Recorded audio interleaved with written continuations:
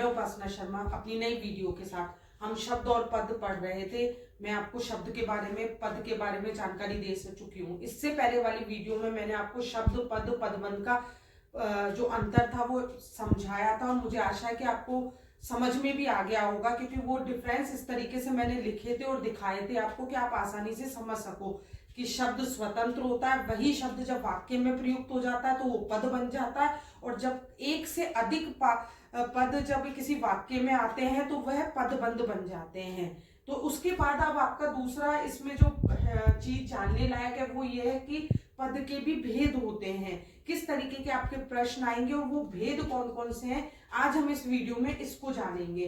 तो पद के आपके 5 भेद हैं: संज्ञा पदबंध, सर्वनाम पदबंध, विशेषण पदबंध, क्रिया पदबंध और क्रिया विशेषण पदबंध, जिसे हम अव्यय भी कहते हैं।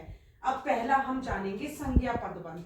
तो ऐसे वाक्य जहां संज्ञा पदबंध की विशेषता हो, मतलब जिसे विशेष रूप से संज्ञा को दिखाया जाए वाक्य में, वह संज्ञा पदबंध होता है। अब जैसे आपका ये उदाहरण देखेंगे, दशरथ पुत्र राम, इस तरीके से आपका कि वो अंडरलाइन करा हुआ आएगा और आपको पहचानना होगा। तो आप कैसे पहचानेंगे? अब ये देखिए, दशरथ पुत्र राम, दशरथ आपकी संज्ञा है व्यक्तिवाचक, राम आपकी व्यक्तिवाचक संज्ञा है, पुत्र आपकी जातिवाचक संज्ञा है। तो ये तीनों संज्ञा आप देख रहे हैं कि दशरथ पुत्र राम ने रावण को मारा।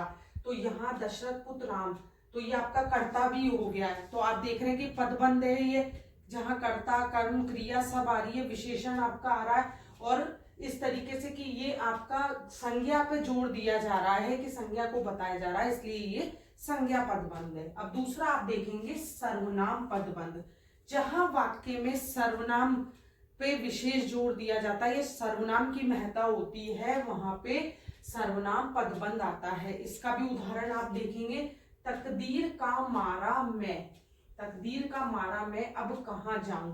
तो मैं क्या है यहाँ पे, ये मैं आपका सर्वनाम है। तो तकदीर का मारा मैं, तो मैं पे जोर दिया जो सर्वनाम है, तो इसलिए ये कौन सा पदबंध हो गया? सर्वनाम पदबंध हो गया है। तीसरा आप देखेंगे विशेषण पदबंध।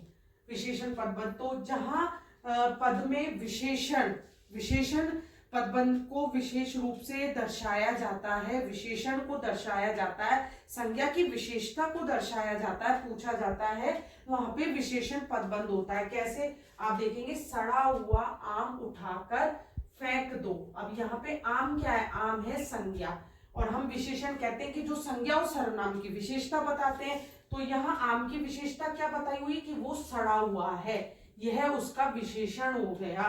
तो ये पदबंध कौन सा हो गया? विशेषण पदबंध। जो संज्ञा और सर्वनाम की विशेषता बताएगा वो विशेषण पदबंध आपका होगा।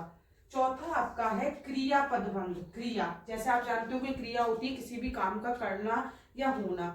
जिस वाक्य में किसी काम के करने या होने को दर्शाया जा रहा है उस पदबंध में, तो वह क्रिया पदबंध होगा। इसका उदाहरण आप देखेंगे, जैसे वह गृह कार्य कर चुका है, तो यहाँ पे वह सर्वनाम है, गृह कार्य ये उसका कर्म हो गया। अब क्रिया क्या है? कर चुका है, कि उसने उस काम को कर लिया है। तो आपका ये अंडरलाइन हो रहा है आपका कि कर चुका है, तो ये कौन सा पदबंध हो गया? ये क्रिया पदबंध हो गया। लास्ट आपका है क्रिया विशेषण, जिसे हम अव्यय भी कहते हैं। क्रिया विशेषण आप समझेंगे, क्रिया का मतलब क्या होता है? काम करना, और जो उस काम की भी विशेषता बताएगा कि वो काम कैसे हो रहा है, जल्दी, धीरे, खराब, अच्छा, बुरा, किसी भी तरीके का, उसकी जो विशेषता बताएगा वो क्रिया विशेषण पदबंध होगा। उदाहरण देखेंगे, वह बड़बड़ाता हुआ चला आ रहा है। बड़बड़ाता हुआ, वह आपका हो गया सर्वनाम, पर यह बात हो रही बड़बड़ाता हुआ, चला आ रहा है, क्रिया क्या है आपकी? चला आ रहा है, ये आपकी क्रिया है। और इस क्रिया की विशेषता क्या है कि वो कैसे आ रहा है? वो बड़बड़ाते हुए आ रहा है, बड़बड़ाता हुआ चला आ रहा है। तो ये हो गया आपका क्रिया विशेषण पदबंध, जिसे हम अव्यय भी कहते हैं। तो इस तरीके से आपके पद के ये 5 भेद है, जिनको आप अगर इस तरीके से समझ लेंगे, पढ़ लेंगे, तो आप कहीं पे भी किसी वाक्य को, किसी भी पदबंध को पहचानने में गलती नहीं करेंगे।